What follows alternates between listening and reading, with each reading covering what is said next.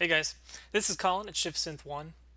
You may notice today that I don't have my Novation circuit hooked up to the editor, and that's because today we're going to be going over two functions that are pretty much independent of the circuit itself. They're wholly contained within the circuit editors. Those are the random function and the morph function.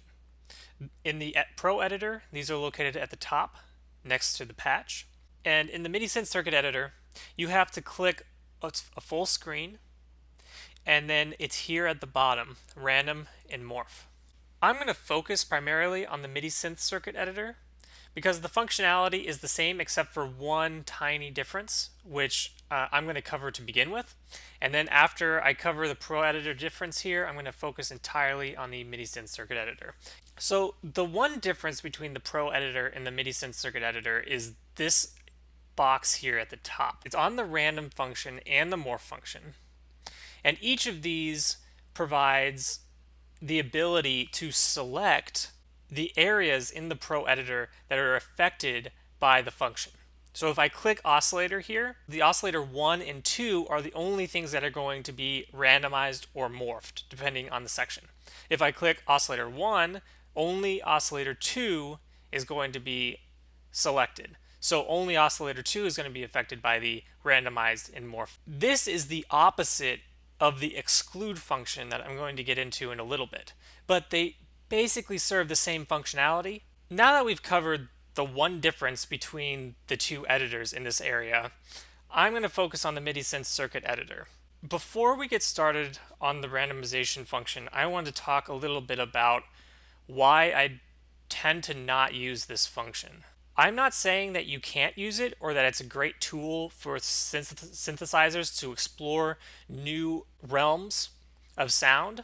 However, the circuit editor and the Novation circuit are unique in that they have these modulation wheels, which you tend to assign a large number of parameters to morph with changing those wheels, right?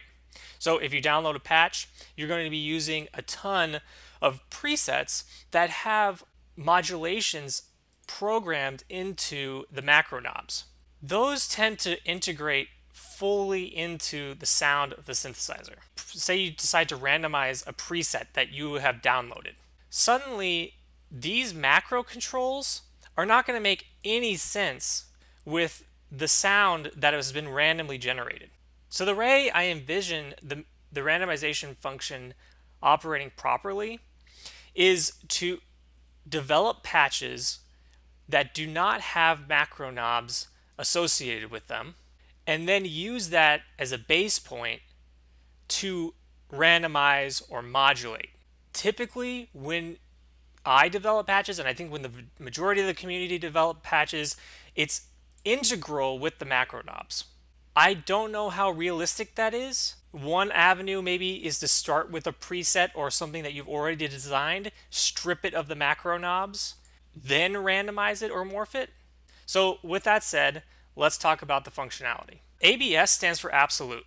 From a high level standpoint, that means that all the parameters are going to be randomized regardless of the current settings. The range, which is right here on the MIDI-Synth circuit editor and here on the Pro editor, determines the max upper value. What random value will be chosen between 0 and the percentage of its maximum value. So let's set this at, say, 10%. And take a look at the VSync here. Let's click random, right? So if I keep clicking random here, you can see that as I click random, it's only fluxing a tiny bit on the VSync. So let's jack that up. Let's go all the way to 100%. So what would you expect here? What I'd expect to see is the VSync to have massive swings now in the randomization. There you go. So let's say the VSync is 100, right? Let's take this back down again to 10. Okay, now let's try random. It's jumping back down to that low level. Then that's why it's absolute, right? It's not relative depending on the current value. Let's take this all the way up to 100. affinity, which is here on the Novation Circuit Editor and here on the Pro Editor, is whether the value tends to favor the min or the max values. The min or the max values set by your range. All right, so if it's 100% and I set it at 50, I would expect this VSync to land heavily on this end of the spectrum. So let's try that out. Yeah, see? And there you go. It's not landing on this end of the spectrum very often because of the setting that I have for the affinity. Now, I'm going to set this back to 0. The Pro Editor has this thing called center. To be honest with you, I'm not sure what this is. It's not included on the MIDI synth circuit editor, so I'm just going to assume that it's not really necessary to the functionality of the randomization. So clip affects the behavior when the new value would be outside of the min-max range. So when clipping is on, they are fixed to the min-max values, and when disabled, it will bounce back from the min-max difference by like an estimated amount. So if clip is on and I set the range at 50, then the range is stuck between 0 and 50. So let's try VSync here. Take a look at VSync. So it's never crossing that boundary, right? But if I turn off clip, if it ever jumps above that, it's going to bounce back. So I think what's happening is it's bouncing and then above it and then coming back into the range. So I think it's just like a calculation function. It's hard to see when you're looking at the dial itself. Dials only, it basically limits the randomization function just to the dial parameters. So if I click random, you can see that it's affecting all of the knobs and adjusters, but it's not affecting the drop downs. So if I click dials off here and I click random, you can see that it's affecting the drop downs now. Okay, I'm going to turn that back on. And that is here on the Pro Editor. Exclude, when pressed, gives you the option to exclude a certain parameter from the randomization function. All right, so it's the opposite of the election parameters up here in the Pro Editor, right? So if I click exclude, it's going to show all of these highlighted, which are currently included in the randomization function. And if I click VSync here, it will no longer be affected by the randomization function. So let me do a few tests here. Look, it's not changing. Okay, so that's what exclude does. Moving on is relative. Relative simply means that the randomization function is contingent on the current value of the parameter that's being randomized. So range is still the same. It's the maximum amount of the percentage of range, but instead of the value being absolute at 0, it's based on the current value. So let's take VSync to 67, all right? And then take the range to 10. Okay, so if I randomize it now, it's going to jump around to 67. Well, it's actually jumping around the current parameter, right? So every time I press random, it's jumping and then resetting that position, right? So it can jump 10% of anywhere above 90 now, or below 90, okay? So that above or below is contingent on this drop down up down. So I can set it to up, which means that the variance will only go above 90. So let's see what random does here. So it's going to 98, it's going to go to 107, 108 until it maxes, right? And if I click down, it's going to do the same thing except drop. Okay, so that's what that does. So I'm going to set this to up down. Clip does exactly the same thing as absolute. if the randomization value falls outside of your limitation, it will bounce back if clip is off. But if clip is on, then it keeps the randomization within the parameter established with the range. Okay? I'm going to show you guys here what relative looks like on the Pro editor. The functionality is exactly the same. This parameter here, that value is called noise in the relative. And basically what that does is it's the percentage the range is ignored to pick a random value.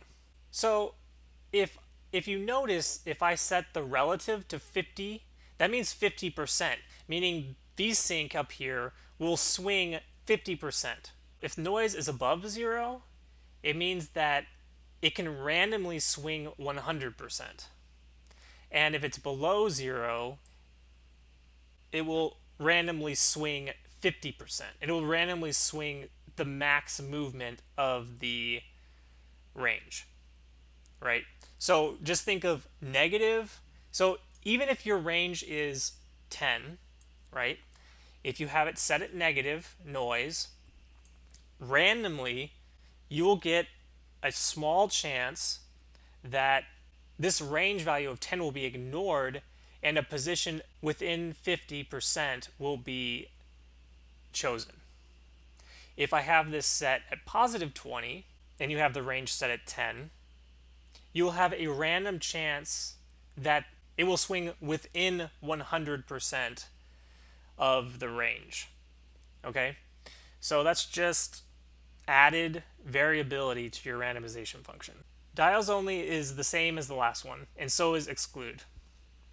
So moving on, preset enables you to randomize functions between two patches. So going up here, if I choose preset on the Pro editor, it looks basically the same. You've got an affinity function and a noise function. Affinity is this dial, and noise is this dial on the Novation Circuit Editor. So affinity is whether or not patch 1 is preferred in the randomization function or patch 2 is preferred in the randomization function. So if I go negative 50, that means that Neo Tokyo, which is my first patch here, is going to be preferred in the randomization function over flat bass, which is my second patch here. So let's see what happens.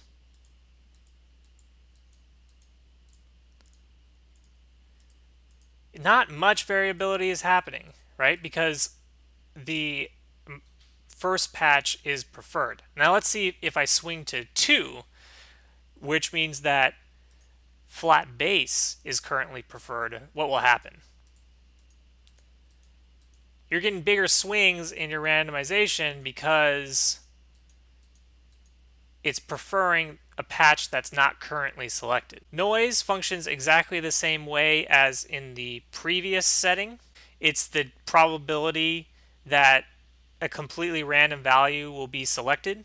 So noise in this situation basically is the probability that a completely random value will be selected that's not contingent on the patch. So if I turn noise negative, randomized values would be inclusive of the range selected between patch 1 and patch 2.